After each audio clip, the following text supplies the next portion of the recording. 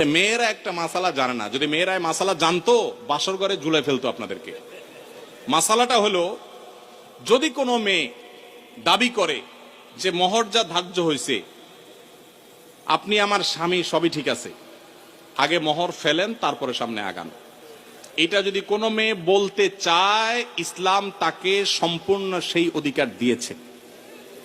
কিন্তু আমাদের সমাজে মেয়েরা মাসআলা আমার কাছে শোনার পরও বলবে না। এটা কেন বলবে না? কারণ আমাদের সমাজে পুরুষগুলো এমন রাক্ষসের মতো এবং এমন জালিম, এমন অত্যাচারী, বেশিরভাগ, সবার কথা বলছি না, যে এই কথা যদি মেয়ে বলে বাসর রাতে, ঠিক আছে স্বামী, সবই ঠিক আছে, আপনার সাথে আমার বিয়ে হয়েছে, সব ঠিক আছে, মোহর ধার্য হয়েছে, এটা তো আমার প্রাপ্য, আল্লাহ কোরআনে বলছেন, অতএব এটা দিয়ে দেন। ছেলে বাসর থেকে পালায় দৌড় দিবে, বলবে এই মেয়ে বাসর রাতে এখনই অবস্থা করতেছে, আল্লাহ জানে আমারে কোথায় ঝুলায়। ঠিক না বে ঠিক? অথচ এটা ঠিক না।